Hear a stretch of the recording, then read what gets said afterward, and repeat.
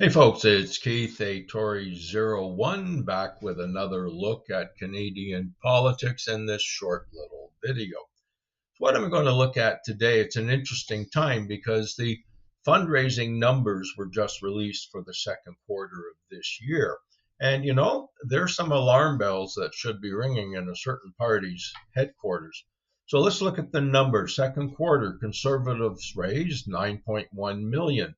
This came from 82,600 odd donors. The big surprise was the amount the Liberals raised. And remember, the Conservatives are always well ahead of the Liberals in fundraising. Liberals raised 7.7 million from, get this, 116,000 donors. That's a lot of donors, and more than, certainly far more than what the Conservatives had. So this should set off some type of alarm bell, not a 5 alarm fire yet, but someone should be paying attention. And of course, the real reason is why. Well, all sorts of them. Certainly the results of the last election, you blow a lead like that, you're going to have an awful lot of upset donors, no doubt about it. And people are all constantly evaluating. Look at who are the leadership contenders. Who are the leaders vying to be prime minister? Who would you like as prime minister? All of these things are reflected by the donors. Now, I've had the good fortune, very good fortune actually, to work for two of our greatest prime ministers, Brian Mulroney, Stephen Harper. They had one thing in common.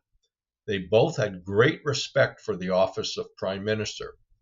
Didn't matter who was the prime minister on the other side of the aisle, they still respected the office and they acted accordingly.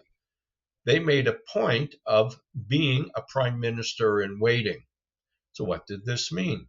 It meant acting like a future prime minister, speaking like a future prime minister, attending functions and so on as though you were a future prime minister, creating the stage for what would come during an election. Both of them were excellent at it. Both of them, as I said, great respect for that office. Look at what we have now. To his credit, Mark Carney looks like a prime minister, talks like one, acts like one. So you may not like his policies. He looks like a prime minister.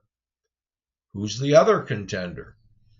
Well, voters decided that the last election. Looking back over question period over the last year or so, and the image that was presented was someone who liked to get down in the mud and muckrake. It was someone who I referred to as looking like a jack in the box. Now, some of the younger viewers, you may have to look that definition up, but basically pop up, give your 15-second or so social media clip, then disappear for a while. But social media clips don't win elections. They don't earn you respect. Looking like a prime minister does. Now, the other issue that I see going forward, and I think that contributed a little bit to the election, that everyone's free to disagree with me. To me, the present party has morphed back into the old Reform Party. The old Reform Party couldn't win a national election. At the present rate, the current party won't either. The donors are speaking. Somebody at party headquarters needs to listen and pay attention. Will they pay attention? I don't think so.